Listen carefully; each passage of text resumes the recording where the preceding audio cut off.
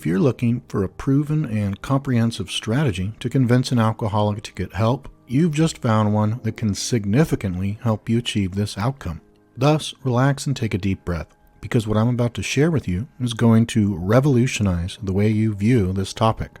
Plus, you'll be provided with proven, high-efficacy action steps, including what to say, what not to say, what to do, what not to do, and many other tips for effectively and efficiently helping your loved one. Best of all, you'll learn how to be in these interactions without coming across as threatening, condescending, nosy, annoying, rude, unloving, demanding, uncompassionate, etc. Furthermore, after listening to this entire ultimate guide for convincing an alcoholic to get help, you'll have a powerful blueprint that can potentially help you 10x your ability to succeed at convincing your loved one to turn their life around, because whether they know it or not, your loved one needs your help. Yet, depending on your behaviors, actions, and communication, what you think, say, and do, you could easily say or do the wrong things and not only fail in convincing them to get help, but worse still, your efforts could backfire. These waters are tricky to navigate, and that's why you need a qualified and capable guide to help you traverse them in the safest and fastest way possible. I know how fragile this situation can be, and thus my goal is to assist you to feel totally supported, guided, educated, empowered, and inspired with a step-by-step action plan to organize and ignite your efforts. Are you ready to learn how to convince an alcoholic to get help? If so, fasten your seatbelt and get ready to have all of your important and timely questions and concerns addressed and answered in this free and comprehensive ultimate guide for convincing an alcoholic to get help. Is your loved one an alcoholic? According to the National Institute on Alcohol Abuse and Alcoholism, NIAAA, alcohol use disorder, AUD, is a medical condition characterized by an impaired ability to stop or control alcohol use despite adverse social, occupational, or health consequences. It encompasses the conditions that some people refer to as alcohol abuse, alcohol dependence, alcohol addiction, and the colloquial term alcoholism. According to the Diagnostic Statistical Manual of Mental Disorders, 5th edition, DSM-5, to have a diagnosis of AUD, an individual needs to meet 2 criteria out of the list below for mild AUD, 4 to 5 criteria for moderate AUD, and at least 6 of the criteria for severe AUD diagnosis. DSM-5 criteria for an alcohol use disorder diagnosis. Consumed more alcohol and spent more time drinking than intended. Want to limit or halt alcohol use but haven't succeeded. Spends an inordinate duration drinking, being ill, and undergoing the after effects of alcohol use. Consuming alcohol or becoming ill because of it has kept the person from properly attending to household duties and children, or resulted in difficulties performing on the job or at school. Continued drinking in spite of it causing problems with family and loved ones. Discontinue or are only sporadically involved with things that were once enjoyable or important to be able to drink. Have repeatedly been in situations during the consumption of alcohol that have increased the chance of being injured using machinery driving. Even though a person feels sad or distress or it affects an already existing health problem, the person continues to drink.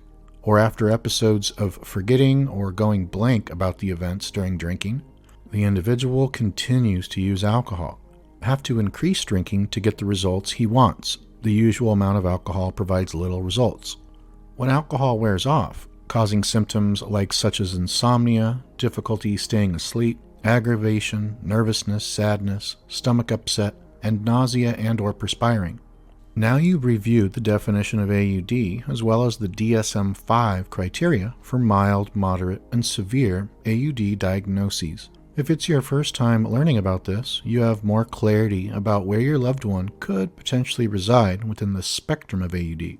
While it's helpful information for you to know, it's often counterproductive to tell your loved one, "Hey, I just diagnosed you as having severe alcohol use disorder. Time to get help now." Leave the medical diagnoses to the professionals. Of course, each person and situation are very unique, so telling your loved one about these criteria and where you think they are on the spectrum might help, but it could also make things worse. If you decide to tell your loved one about your amateur diagnosis of them, you can lessen the chances of it backfiring by telling them in a calm, relaxed state of being with unconditional love, compassion, non-judgment, and radical acceptance. More on these and healthy personal boundaries later. Importance of the stages of change when convincing an alcoholic to get help. Even for people who aren't in denial about their alcoholism and who have intrinsic motivation to end their addiction, it can still be difficult to quit. But with the right information, strategic planning, and a customized, holistic treatment plan, the difficulty of this challenge decreases significantly. On the other side of the spectrum, what do you think the chances of quitting drinking and recovering are for an individual who doesn't want to quit and either downplays or flat out denies their drinking problem? If you guessed slim to none, you'd be correct. There are few things in life more difficult than watching a loved one struggle with alcoholism. This hardship becomes exacerbated or lessened depending on the stage of change the person with AUD is presently in. Convincing an alcoholic to get help in stage 1 is impossible unless strong leverage is used, e.g., a wife threatens to divorce her husband with AUD and take him to court to get custody of their children. Even then, while strong leverage can influence an alcoholic to get sober in the short run, the sobriety may not be sustained over the long term. Here are the stages of change with corresponding quotes to encapsulate each unique stage. Pre-contemplation.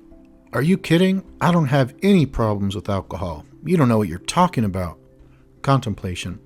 I seriously think I might have a problem with drinking, but I'm also not sure that I'm committed or ready to try quitting completely, but I'm doing some research and interested in learning more about this. Determination.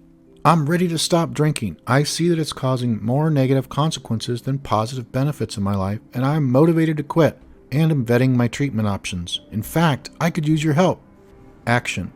I just had a great conversation with my wife and our teenage daughters after telling them I enrolled in a 90-day alcohol treatment program that takes my insurance and resonates with me, and my intake is scheduled for tomorrow afternoon. Maintenance and relapse. I just celebrated my 1-year sober birthday. I rarely have thoughts about drinking, although I have to be careful about where I go and who I spend time with to avoid a slip or relapse, as I still feel vulnerable. But overall, I'm doing well and have a solid support system in place. Termination. It has been 5 years since I drank, and I've grown and improved my body, mind, and spiritual health so much since those days. I not only don't miss alcohol, I actually view it as a totally moot substance and have dozens of healthy and adaptive ways to feel good, and alcohol has 100% lost all of its appeal and desirability for me. If your loved one suffering from alcoholism is currently in the pre-contemplation stage of change, and you've already tried convincing them to get help, you may feel totally under-equipped to influence them. Common feeling states of people that are trying to encourage their loved one suffering from AUD to get help can range from frustration to anger, hopelessness to helplessness, confusion to chaos, and a host of other emotions and combinations of emotions. The contemplation stage is a much better stage for you to achieve success in getting your loved one to seek or accept help for alcoholism. However, these stages of change can and do fluctuate. For example, instead of progressing in a linear fashion from 1 to 6, they can go in reverse or even jump around sporadically. However, please don't worry, because you're going to learn the most effective things to think, say, and do depending on where your loved one is currently at, typically stage 1, 2, or 3 if they still need convincing or an intervention to get help. When it comes to knowing what to think, say, and do, and what not to think, say, and do to convince an alcoholic to get help, we need to start with a basic understanding of how and why the term alcoholic is a health issue and is not a moral issue, archetype, identity, or a permanent disease. How to properly view an alcoholic and their condition. Alcoholism is the end result of the process by which the substance called alcohol changes over time from a resource to an exhausted resource. When a person first consumes alcohol, if they enjoy the way it makes them feel, a resource is added to their life. With irregular, responsible, and non-problematic consumption of alcohol, this can be a lovely resource to have in life. However, some people are not able to continue this pattern of non-problematic drinking. With these individuals, eventually, their drinking behavior can produce a net deficit in their quality of life. This happens when the negative consequences of drinking start to outweigh the positive benefits of drinking. If it gets to this stage, the substance called alcohol that was previously a resource becomes an exhausted resource. When trying to convince, encourage, or influence an alcoholic to get help for their drinking, if they're not yet at the stage where the negative consequences of alcohol outweigh the positive benefits, it's often much harder to convince them to quit. Why? Alcohol is still providing a net enhancement to their life, even despite the negative consequences, at least in their mind. Everything humans do or don't do in life is either to avoid pain or to gain pleasure. It's a survival mechanism that is factory installed in the human brain. Thus, if the person you're wanting to convince to get help for alcohol addiction still links more pleasure than pain to drinking, that's a hard sell to convince them to get help.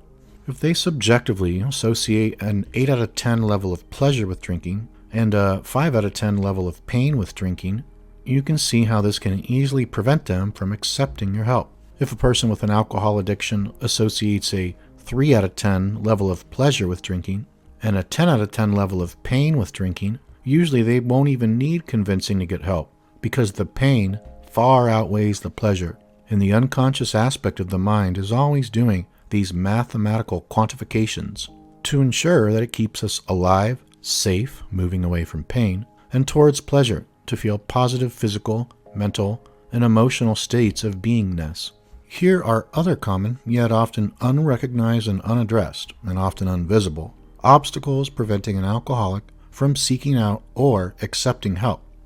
Hyperbolic discounting, a cognitive bias where you choose smaller, immediate rewards, instant gratification, rather than larger, later rewards, delayed gratification. Eroded prefrontal cortex.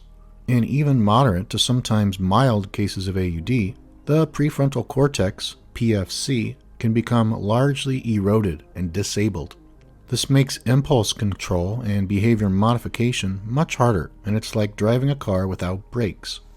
Hijacked midbrain.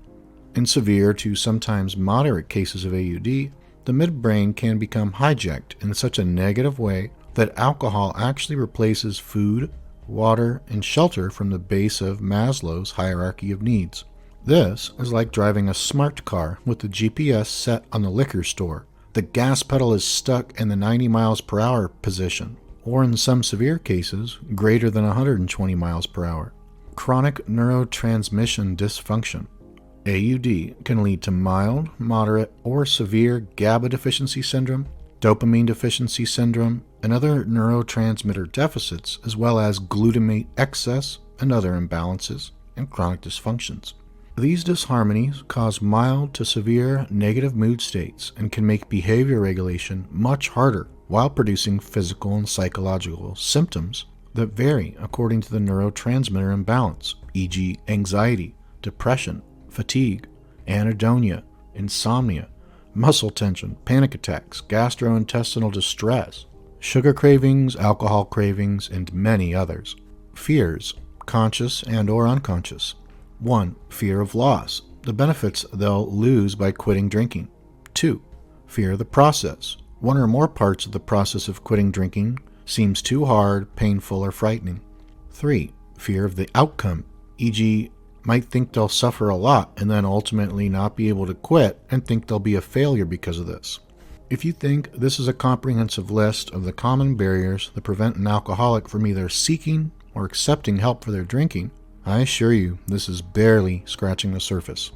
The quantity and severity of obstacles, both visible and invisible, conscious and unconscious, is often a much longer list than the one above. Furthermore, overcoming alcoholism can be quite challenging even when a person is intrinsically motivated and committed to quitting, accountable, supported, educated on the AUD diagnosis, and well-informed on mainstream alcohol treatment options.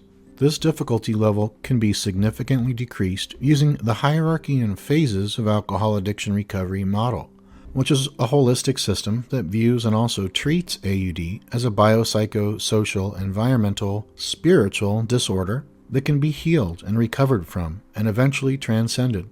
In the hierarchy of alcohol recovery framework, biochemical restoration, healing the brain and body with natural therapies like supplementation, diet, exercise, etc., is the foundation of treatment and the base upon which the psychological, social, environmental, and spiritual pillars are built on top of. Mainstream drug and alcohol treatment programs fail to address the biochemical, aka biological or physical, aspect of addiction and its treatment.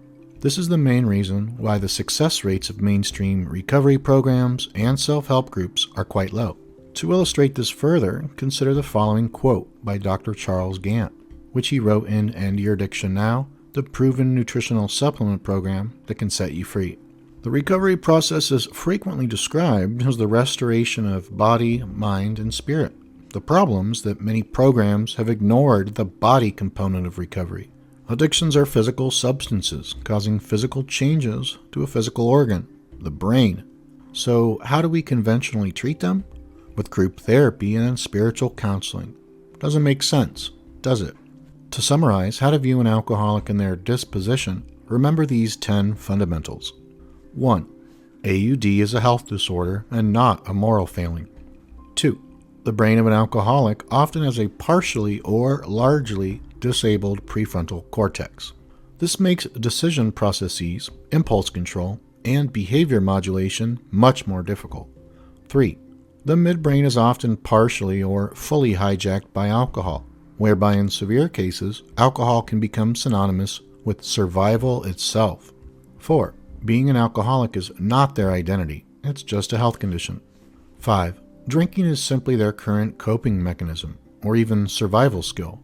Until they find a better solution for getting the benefits alcohol provides to them, recovering can be much harder.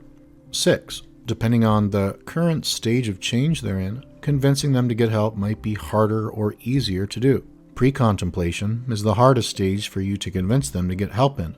Contemplation is the next hardest stage to convince them to get help. 7. AUD causes mild, moderate, or severe neurotransmitter imbalances, and these can cause symptoms like anxiety, depression, insomnia, anger, fatigue, and many others until they're rebalanced. 8. Alcoholics almost always have mild, moderate, or severe cases of hypoglycemia, which often leads to cravings for alcohol, worse hangovers, and feeling the need to drink to nurse a hangover, mood swings, anxiety, depression, confusion, anger, hopelessness, panic attacks, and more. 9. Alcohol is a resource that can relieve anxiety and stress, boost mood and euphoria, numb painful emotions and trauma, enhance confidence and outlook, remedy boredom, dissolve the fear of the future, and much more depending on the person. Thus, until they find a better option for providing the benefits alcohol adds to their life, at least in their mind, AUD will often be harder to overcome. 10. Behavior is shaped by the brain's default survival drives. Thus, all behavior is fueled by the drive to avoid as much pain as possible and gain pleasure too. If a person with AUD associates significantly more pleasure than pain with their drinking behavior, whether consciously, unconsciously, or both, and if they're still getting more positive benefits than negative consequences from drinking, alcohol is still a resource for them, at least in their mind, and they likely won't have the intrinsic desire necessary to initiate and sustain recovery. This famous quote by Dr. Gabor Mate, author of In the Realm of Hungry Ghosts, Close Encounters with Addiction, summarizes and condenses how to view a person suffering from addiction. Quote, "Not why the addiction, but why the pain." End quote. The person with alcohol use disorder drinks to cover up some form of pain or pains. The biochemical pain of chronically worsening alcohol-induced deficiencies in nutrients, hormones, and neurotransmitters such as GABA or dopamine, resulting in stubborn alcohol cravings. The psychological pain of distress, worries, fears, traumas, stress about the bills and work and children, and enduring adverse experiences from childhood and or the present day. The social pain of being viewed by friends, family, coworkers, and peers as defective for being sober due to the inability to regulate drinking behavior, or having difficulties or strains or estrangements with human relationships, and particularly with the intimate partner, family, and close friends. The environmental strain of living within walking distance of a plethora of liquor stores, bars, grocery stores, and markets that sell or even serve ice-cold drinks on a hot summer day. The spiritual pain of not having a strong sense of purpose in life. The list goes on and on for many individuals that are drinking habitually, even though it's causing numerous significant negative consequences to their life and the lives of those closest to them. Alright, now that you've learned why your loved one is not a bad person, but a person in pain with a compromised brain, you've successfully uploaded the fundamentals and thus have the first mental software program installed to effectively convince an alcoholic loved one to get help. Convincing an alcoholic to get help. What not to say and do. Before we cover what to say and do to encourage a loved one to get help for their drinking, it's important to list and analyze what not to say and do. It's helpful to do it in this order because what to say and do to influence a person to get sober is usually the opposite of what you should not say and do. Here are the most important things for you to not say and do when attempting to convince an alcoholic to get help. Do not be hostile, rude, abrasive, condescending, authoritative, demeaning, superior, aggressive, angry, irritable, harsh, rash, impatient, argumentative, accusatory, or the like. Do not assign yourself the role of victim and the alcoholic the role of victimizer. Do not point out their faults without first compassionately articulating how much you love them, respect them, care about them, and what you most love about them. Give praise first. Do not condemn the personhood of the individual with an alcoholic drinking pattern. It's important to not mistake behaviors regarding drinking and what they do under the influence of alcohol with their heart, soul, and essence. They are simply behaviors, and people can only behave at their current level of brain functioning and consciousness, and alcohol diminishes both of these quite a lot. You do not have to accept or tolerate these destructive behaviors when they concern your life too, but don't be harsh in your verbal appraisal of these behaviors when you try to convince the person with AUD to get help. Do not blame them for being addicted to alcohol. Researchers and experts in the field of addiction describe alcoholism as a complex brain disorder that has many potential risk factors and potentiators, including genetics, family history, environment, childhood trauma, self-medicating mental health disorders, stress, and other variables, many of which a person has no control over. Do not enable. Doing things for someone with a drinking problem that they normally could and would do for themselves if sober only exacerbates the situation for both you and them. In the short run, it may seem like it helps, but it usually derails your efforts in the long run, and convincing an alcoholic to get help and then stay sober is typically a long-run effort. Do not have rigid or porous personal boundaries. Either extreme on the spectrum of personal boundaries is not healthy. Do not be codependent or counterdependent. Codependency is the habit of gaining self-worth through pleasing others. The opposite of the spectrum, counterdependency, is driven by fear of depending on and needing others in life. Do not be gullible or hyper-skeptical. People with AUD have at least mild brain dysfunction from the damage alcohol has created or exacerbated, and dysregulation in brain function results in dysfunctions in mood states, dysfunctions in thinking, and dysfunctions in behavior patterns. Dr. Daniel Amen says, your brain is involved in everything you do. It is an organ of judgment, personality, character, and intelligence. It controls how you feel, think, act, and interact. This is by no means an exhaustive list. There are other ways to say and do things that can make convincing an alcoholic to get help more challenging. However, we've covered the fundamentals and have set you up with a good foundation to build upon. Moving along, we start to see just how different the things you should say and do are from the ones you want to avoid saying and doing. How to convince an alcoholic to get help. What to say and do. Convincing a loved one to get peer support or professional help for AUD can range from easy to difficult and nearly impossible to totally impossible. Fortunately, you're being trained in the art and science of convincing an alcoholic to get help, and thus will strengthen your ability to be compassionate, loving, understanding, and influential. Here are the most important things for you to say and do when attempting to convince an alcoholic to get help. Do love them unconditionally, with no strings attached and no agenda. You don't have to tolerate their behavior that is negatively impacting their life and yours, but you can separate their behaviors from their personhood, their beautiful heart, mind, and soul. Do adopt the wisdom from the proverb that says, "Don't judge someone until you've walked a mile in their shoes." Do foster and cultivate self-compassion, compassion for others, and compassion for the person with alcohol use disorder. Do embody patience, calmness, healthy concern, creativity, self-confidence, and personal power.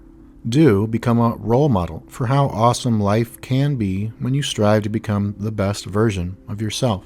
Do set up and maintain optimized, sustainable personal boundaries. Having healthy, clear, defined, well-articulated, and well-communicated personal boundaries is the process of fostering, developing, and consistently sustaining specific limits and rules within relationships.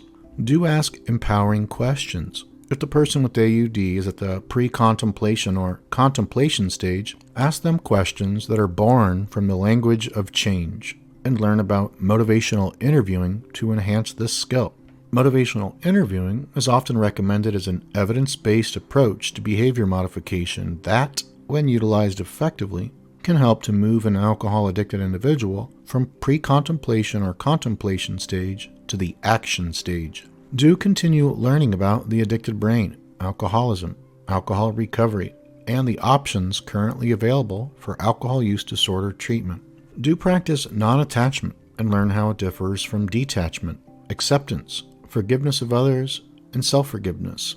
Doing so will help you be more influential to a person with AUD. Additionally, it will help to significantly boost your own mental, emotional, spiritual, relational, and even physical health. Most prominent dynamics of convincing an alcoholic to get help. There are many factors contributing to the dynamics of convincing someone with AUD to seek or accept help for their condition. Here is a helpful list of 10 of the dynamics that carry the heaviest amount of weight. 1. The stage of change the person with a drinking problem is currently in. Stage 1, pre-contemplation, is the hardest stage to convince someone with AUD to get help, followed by Stage 2, contemplation. Additionally, what you think, say, and do, plus what you don't think, don't say, and don't do, while the alcoholic is in the early stages of this change process. 2. Their Addiction Severity Index, ASI, score. 3. The overall state of brain dysfunction caused or exacerbated by drinking. 4. The presence of concomitant mental health disorders, especially disorders like PTSD, generalized anxiety disorder, bipolar disorder, social anxiety disorder, etc. 5. The amount of recovery capital the person with an alcohol addiction has. 6. The severity of their current stress in life and how they're reacting or responding to it. 7. How much pain the individual associates to alcohol consumption. 8. How much pleasure the individual associates to alcohol consumption. 9. The quantity, quality, and overall potency of the intrinsic and extrinsic incentives that they subjectively perceive and assign value to, or oftentimes they don't perceive a lot of incentives, let alone assign a value to them. 10. The amount of admiration, love, and respect a person with alcohol use disorder has for the loved one encouraging them to get help, and how impressionable the individual with AUD is. As you can see, there are many variables that can make each person, situation, and relationship dynamic unique. Now that you've been educated from the ultimate guide for convincing an alcoholic to get help, your foundation is set and you have actionable steps that have been tested and proven time and time again. Recommended reading. Since convincing an alcoholic loved one to get help is such an important issue, I encourage you to check out some additional resources that will supplement and augment this free guide. There is a lot to learn. Accordingly, I've curated some of the books and podcast episodes that I believe will help you the most. Recommended books.